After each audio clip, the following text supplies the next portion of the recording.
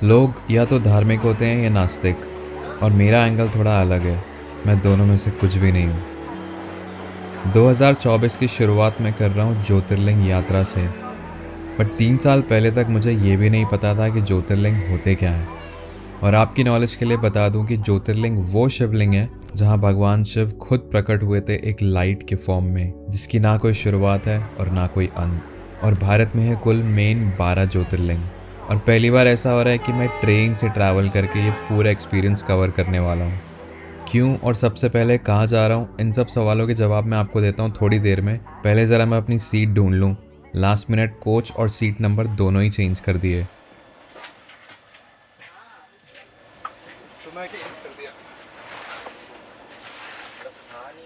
तो इनसे मिलिए, ये है जय भाई, मेरे को पैसेंजर। और इनके साथ आगे का सफ़र बहुत अच्छा कटेगा, लेकिन जब मैं सो रहा हूँगा तो ये कुछ ऐसा काम करेंगे कि मुझे थोड़ा सा बुरा लगेगा। और ये ट्रेन जा रही है फ़िलहाल राजकोट तक। उसके आगे की कहानी मैं आगे ही बताता हूँ।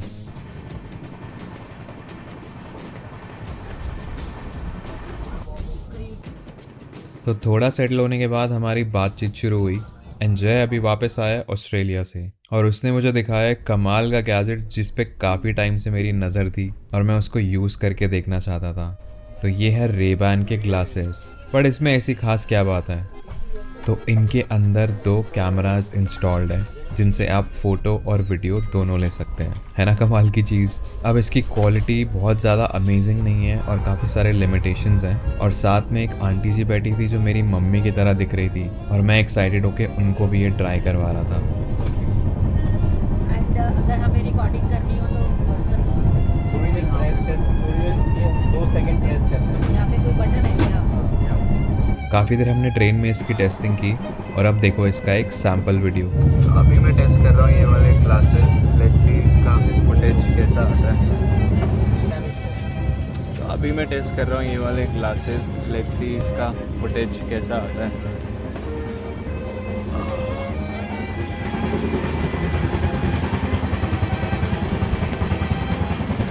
Recording on Ray-Ban MetaView।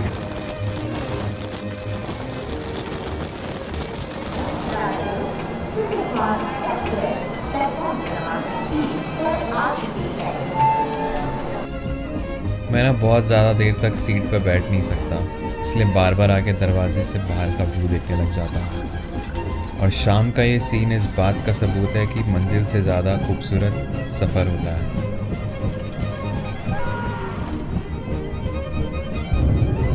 मैं अपनी लाइफ में ना कभी इतना रिलीजियस नहीं रहा। पैदा होने के बाद से घर वाले हर साल वैष्णो देवी लेके जाते थे, और वो भी जब तक मैं 5-6 साल का था तब तक जाते रहे। रिलीजियस तो अभी भी इतना नहीं हूँ, लेकिन थोड़ा स्पिरिचुअलिटी की समझ आ गई है। तो शाम हो गई और IRCTC की ऐप से हमने ऑर्डर किया खाना, जो कि आया अलवर स्टेशन पे। तो एक्चुअली जो बंदा हमारा खाना लेके आ रहा है ना, उसने 3 अलग अलग कोचेज़ में देना है। तो उसने कॉल करके बता दिया था, वो खड़ा तो है नहीं, पता नहीं कहीं और पहले देने चला गया होगा। आलू पराठा है हमारा नहीं है ना इसमें। क्या नाम से आपने हमारा खाना नहीं आया और ट्रेन चल चुकी है। आज तो भाई हम भूखे मरेंगे। वो आ गया ये क्या, वो ट्रेन में चढ़ घुस गया। अबे अंदर घुस गया। मेरी आपसे डायरेक्ट बात हो जाती तो आसान रहता आना। यार हमारे फ़ोन से भी बुक नहीं हुआ था, किसी और के फ़ोन से किया हमने, बताइए। तो अभी क्या अगली ट्रेन से वापस आओगे? आ जाओ हमारे साथ ही खा लो फिर तो। नहीं खाना बैठो ये जा रुकेगी ना सर, वहीं पे मेरा घर है बिहार। अच्छा वहीं आपका घर? वहीं पे घर है। चलो ठीक है अभी फिर। क्या हो? सॉर्टेड है भैया। बोल रहे हो कि घर जा रहा हूँ मैं। ये आ गया भाई हमारा खाना। भाई ने ऑर्डर किया था पराठा, मैंने किया था दाल बाटी। तो बाटी तो एकदम करारी फ्राई करी हुई है।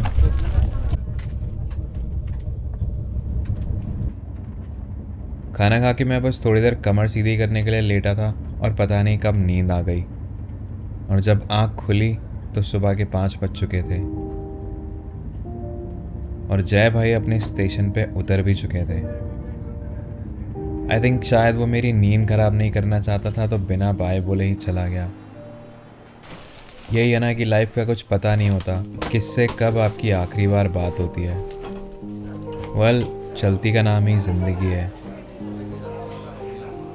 हाँ जी, वेलकम टू राजकोट इन गुजरात। मैं वैसे एक्चुअली ट्रेन से आने नहीं वाला था, लास्ट मिनट प्लान बनाई है बिल्कुल। 24 के आसपास मेरी बहन जयपुर से आई थी, तो मैं उसको पिक करने गया था पुरानी दिल्ली स्टेशन। बट स्टेशन आके मुझे बहुत सही फील आ रहा है यार। मैं पहले ट्रेन से बहुत ट्रैवल करता था, अब गाड़ी से करता हूँ। अब मेरा मन कर रहा है कि ज्योतिर्लिंग वाली जो पूरी यात्रा है ना, उसको मैं ट्रेन से करूँ। पता नहीं, अंदर से एक वो फीलिंग आ रही है। ऑल तो मैंने सारे प्लान्स गाड़ी के हिसाब से करे हुए हैं, but maybe I change my plan, never know. हाँ चलो चलो, अब बाहर निकलते हैं। और यहाँ से है मेरी बस सोमनाथ के लिए। यहाँ से नेक्स्ट ट्रेन थी कनेक्टिंग नहीं, मतलब 12:30 बजे की ट्रेन थी, बट अभी 8:30 हो रहे हैं, तो आई थॉट कि 4 घंटे बहुत लेट हो जाएगा, तो पहुँच के ही बस का जुगाड़ कर लूँगा, और वही करना है अभी।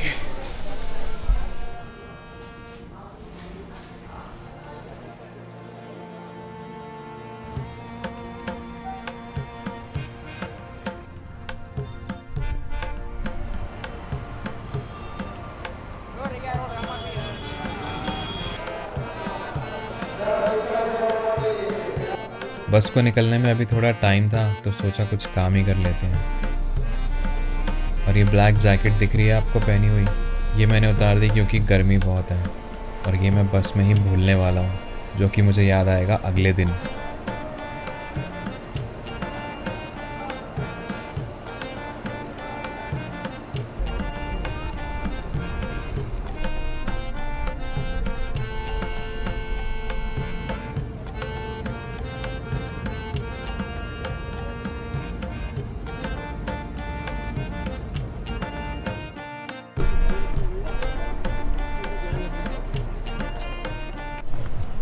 अरे भाई बहुत गर्मी है यहाँ पे तो। 32 डिग्री, 5 डिग्री से सीधा 32 डिग्री में आ गया हूँ।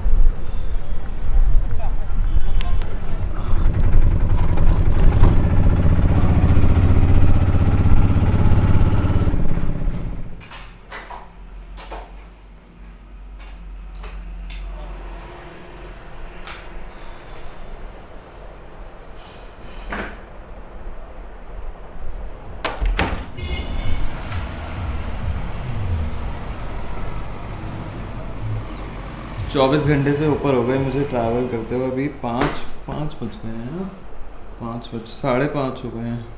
घर से निकला था मैं कुछ 10:30 बजे के आसपास कल, बट यही मुझे चाहिए था, इसलिए मैंने ट्रेन प्रेफर करा। गाड़ी से एक तो बहुत ज़्यादा ना, बहुत टाइम से बहुत कंफर्टेबल हो रहा था, प्लस ट्रेन का एक्सपीरियंस ये है, कल मैं जय से मिला ट्रेन में और लोगों से, तो ऐसे पब्लिक ट्रांसपोर्ट से थोड़ा आप इंटरैक्ट ज़्यादा करते हो, चीज़ें ज़्यादा एक्सपीरियंस करते हो मेरे हिसाब से।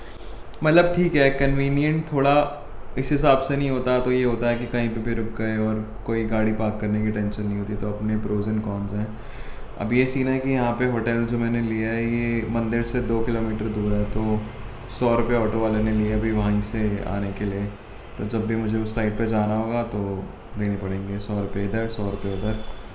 तो दिन के आई थिंक 2 चक्कर लग जाएंगे, क्योंकि ये हाईवे यहाँ पे आसपास कुछ है नहीं। तो चलो ठीक है, देखते हैं। आज का दिन तो बस अब 5:30 हो गए। रेस्ट करता हूँ, नहाता हूँ, कुछ खाता हूँ, उसके बाद कल सुबह जल्दी निकलने की कोशिश करते हैं यहाँ से, और कल एक्सप्लोर करते हैं।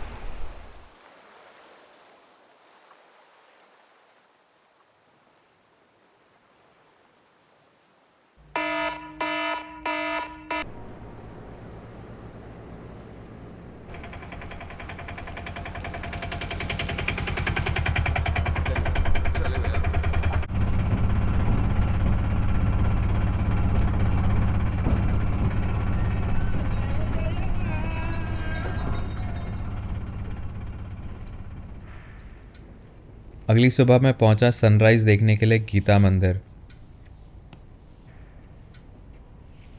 यहाँ की कहानी मैं आपको थोड़ी देर बाद बताता हूँ, बट पहले आप ज़रा ये नज़ारे देखिए।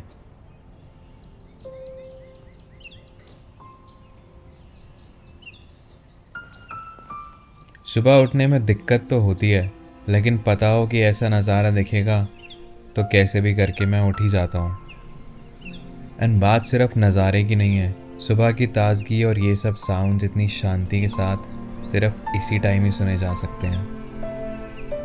तो मैं गीता मंदिर पे हूँ अभी एंड कैन यू बिलीव मैं ये सनराइज़ मिस करने वाला था नींद और आलस के चक्कर में। थोड़ी हिम्मत करी, उठा और यहाँ पे आ गया टू सी दिस।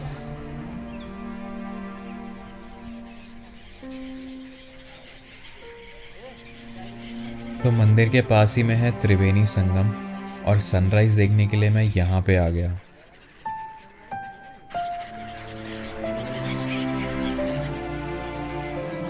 प्रयागराज की तरह यहाँ पर भी होता है 3 नदियों का महासंगम, कपिला, हिरन और सरस्वती, जो कि अब दिखाई नहीं देती, पर ऐसा माना जाता है कि वो अभी भी इनविजिबल तरीके से अंडरग्राउंड होके बहती है। मैंने भारत के काफ़ी कोनों में सनराइज़ देखे हैं, लेकिन किसी वाटर बॉडी के ऊपर ऐसे रिफ्लेक्शन वाला ये मेरे साथ पहली बार हो रहा था और ये बहुत ही गजब का नज़ारा था।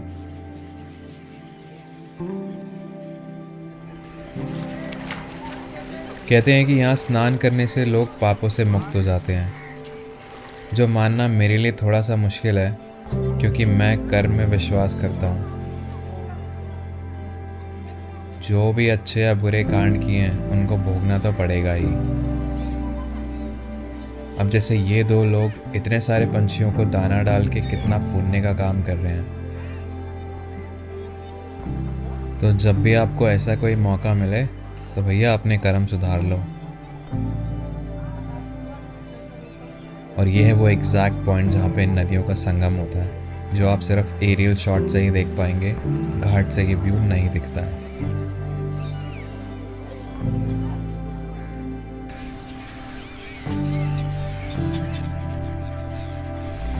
सनराइज के बाद वापस आ गया मैं गीता मंदिर की तरफ। इस मंदिर की स्थापना हुई थी 1970 में और ये वो जगह है जहाँ पर श्री कृष्ण ने अपना देह त्यागा था और उसके बाद द्वापर युग का अंत हुआ था। इसकी कहानी शुरू हुई थी उस जगह से जहाँ से इस वीडियो की शुरुआत हुई थी और वो मैं आपको आगे बताऊंगा जब वहाँ पे हम जाएंगे। देखने में तो ये मंदिर बहुत साधारण लगेगा, लेकिन अंदर घुसते ही मुझे बहुत सुकून मिला, तो मैं वहाँ पर थोड़ी देर बैठ गया। अब जैसे इसका नाम है वैसे ही मंदिर की दीवारों पर गीता के श्लोक मार्बल में एनग्रेव्ड हैं।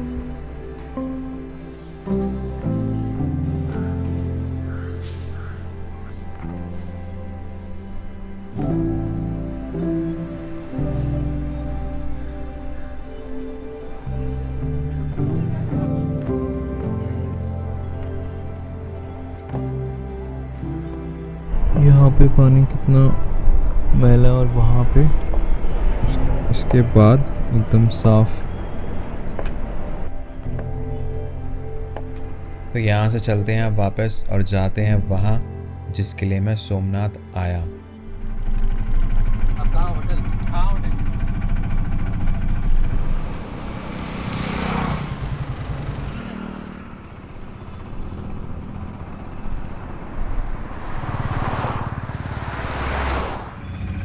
मैंने वीडियो के स्टार्ट में बताया था कि मैं ऐसे कोई अपनी लाइफ में बहुत ज़्यादा रिलीजियस नहीं रहा। कभी भी किसी मंदिर, गुरुद्वारे, मस्जिद में मैं बस ऐसे रैंडमली पहुंच जाता था।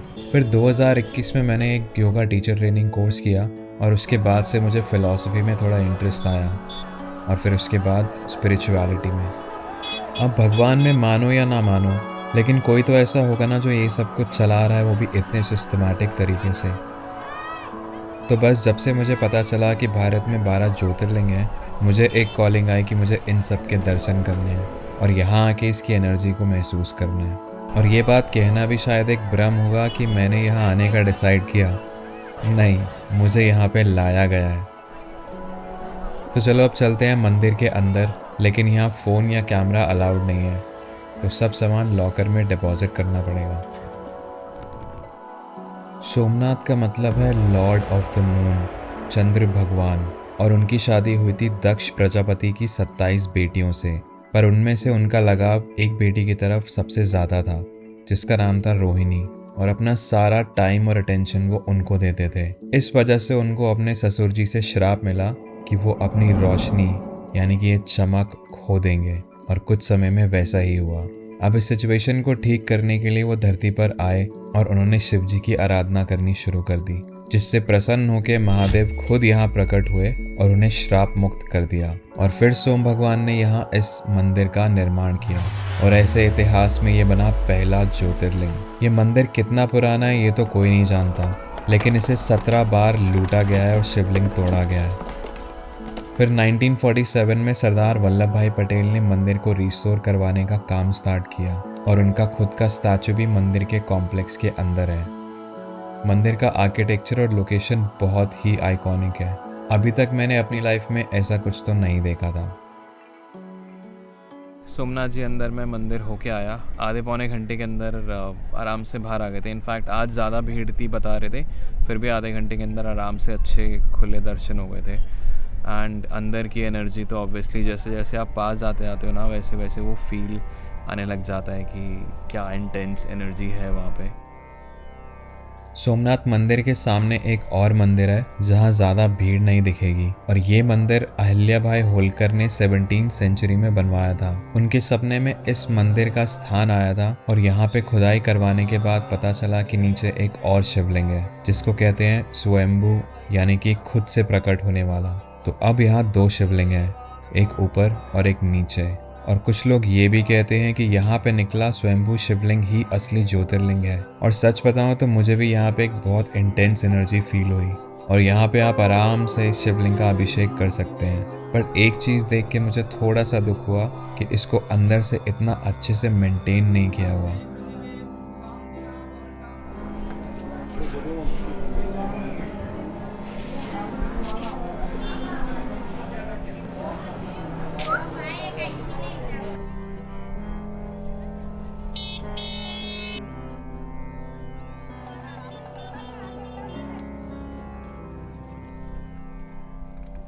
मंदिर के दर्शन तो हो गए, अब मैं कुछ खाने के लिए ढूंढ रहा हूँ। 3 बज गए, मैंने सुबह से कुछ खाया नहीं है। पहले कुछ खाता हूँ या पीता हूँ अगर खाने के लिए कुछ मेरे टाइप का हेल्दी नहीं मिलता तो, क्योंकि मुझे बहुत ज़्यादा ऐसे ना मसाले वाला खाने का मन नहीं कर रहा, और वही ऑप्शंस यहाँ पे अवेलेबल है।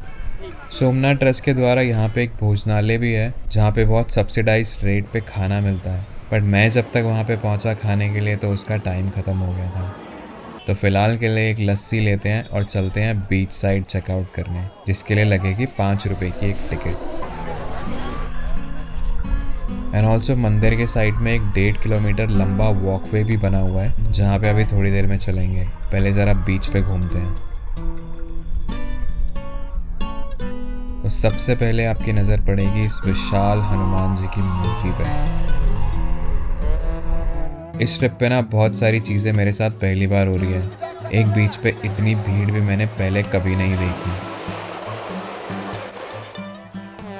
और सिर्फ इंसान ही नहीं, यहाँ पे ऊंट भी घूम रहे थे। इतनी तेज धूप और गर्मी के बावजूद सब बहुत एंजॉय कर रहे थे, और मैं बस बैठ के सबको देख रहा था।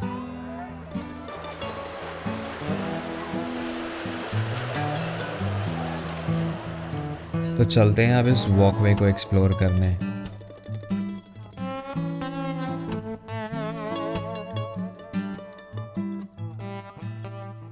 मैं मंदिर के इस डिज़ाइन और आर्किटेक्चर से सीरियसली बहुत ही इम्प्रेस हुआ। मंदिर की चोटी पे आपको ये कलश दिख रहा होगा, और इस कलश का वेट है 10 टन। ये कलश लगाया जाता है स्पेस से मैक्सिमम कॉस्मिक एनर्जी अब्जॉर्ब करने के लिए। मंदिर का एक्चुअल सिग्निफिकेंस एक रिलीजियस साइट से ज़्यादा होता है एज अ एनर्जी सेंटर। इसीलिए बोला जाता है कि आप किसी भी रिलीजियस जगह पे जाओ तो वहाँ पे एटलीस्ट 5 मिनट आराम से बैठो, so that you can absorb all positive energy from there. शाम को 7 बजे होता है यहाँ पे एक amazing light and sound show, और मैं ना थोड़ा सा कंफ्यूज था। मुझे समझ नहीं आ रहा है कि मैं यहाँ पे बाहर सनसेट देखूँ या फिर अंदर जाके लाइट एंड साउंड शो देखूँ। अंदर जाके लाइट एंड साउंड शो देखूँगा तो वहाँ पे कैमरा अलाउड नहीं है, कुछ शूट नहीं लेके ही नहीं जा सकता, तो शूट क्या ही कर पाऊँगा, फ़ोन भी अलाउड नहीं है। तो वैसे मेरे पास कल की शाम भी है, तो मैं सोच रहा हूँ कि अभी लाइट एंड साउंड शो देख लेता हूँ और फिर कल सनसेट कैप्चर कर लेंगे। तो पहले मैं आ गया कुछ खाने के लिए, और पूरे दिन में ये मेरी पहली मील। वड़ा पाव, एंजॉइंग वड़ा पाव। अरे ये तो बहुत गर्म है। कैसा वड़ा पाव है यार ये तो बहुत सूखा है ऊपर से। चलो खा लेते हैं। सुबह से कुछ मिला नहीं है वैसे।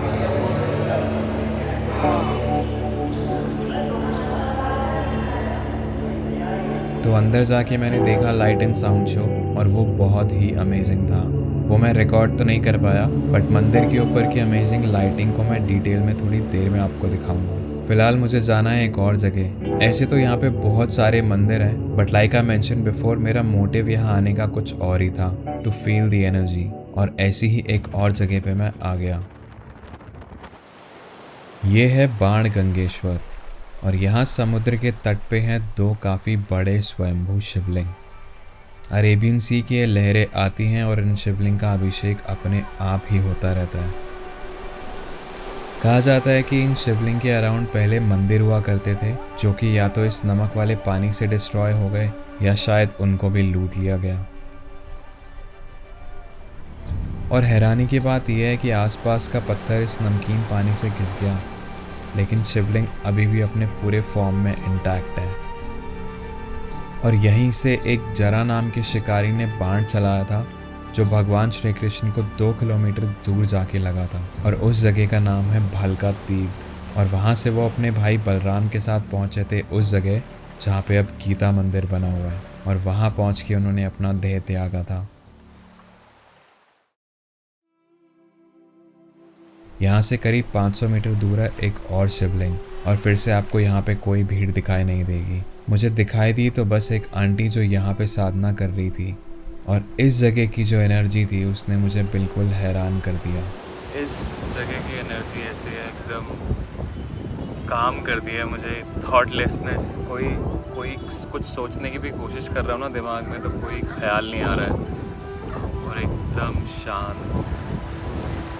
सोमनाथ मंदिर के अंदर भी मुझे काफ़ी अच्छा लगा था, बट ये मुझे वो सुकून दे रही थी जिसकी तलाश में मैं घर से निकला था। और यहाँ पहुँचने से पहले मुझे पता नहीं था कि मैं ऐसा कुछ ढूंढ रहा हूँ या उसको डिस्क्राइब कैसे करूँ।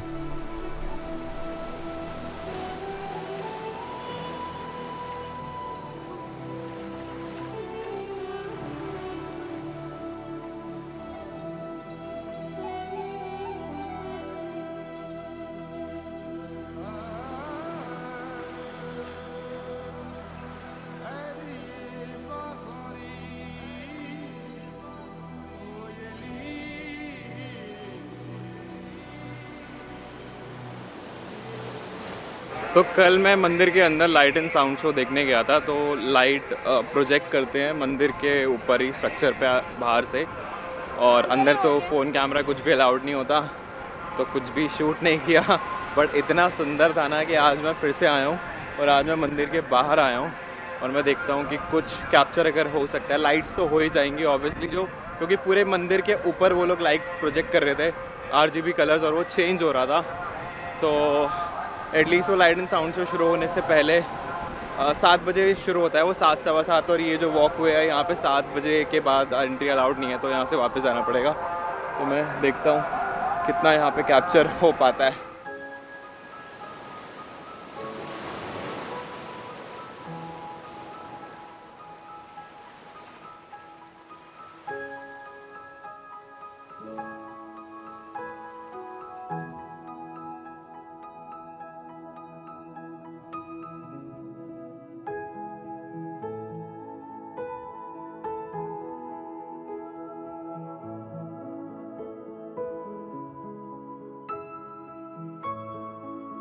और फिर जाते जाते मैंने यहाँ के भोजनालय का खाना भी ट्राई कर ही लिया।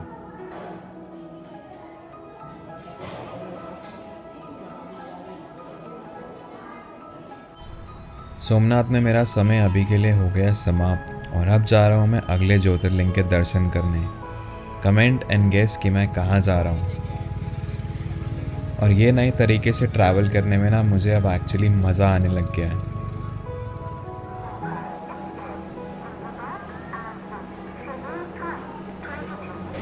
हाँ जी, तो सोमनाथ की यात्रा होती है यहाँ पे समाप्त। अब मिलते हैं द्वारका में। द्वारका जाने के लिए मेरी ट्रेन आ गई है, 11:05 पे चलेगी। कल सुबह 7 सवा 7 बजे पहुँचेंगे। द्वारका चलते हैं और 2-3 दिन द्वारका घूमते हैं। सिया।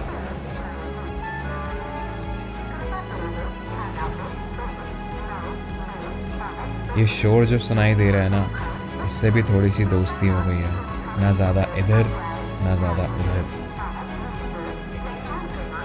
बैलेंस में जीने की कोशिश कर रहा हूँ मैं बस अब।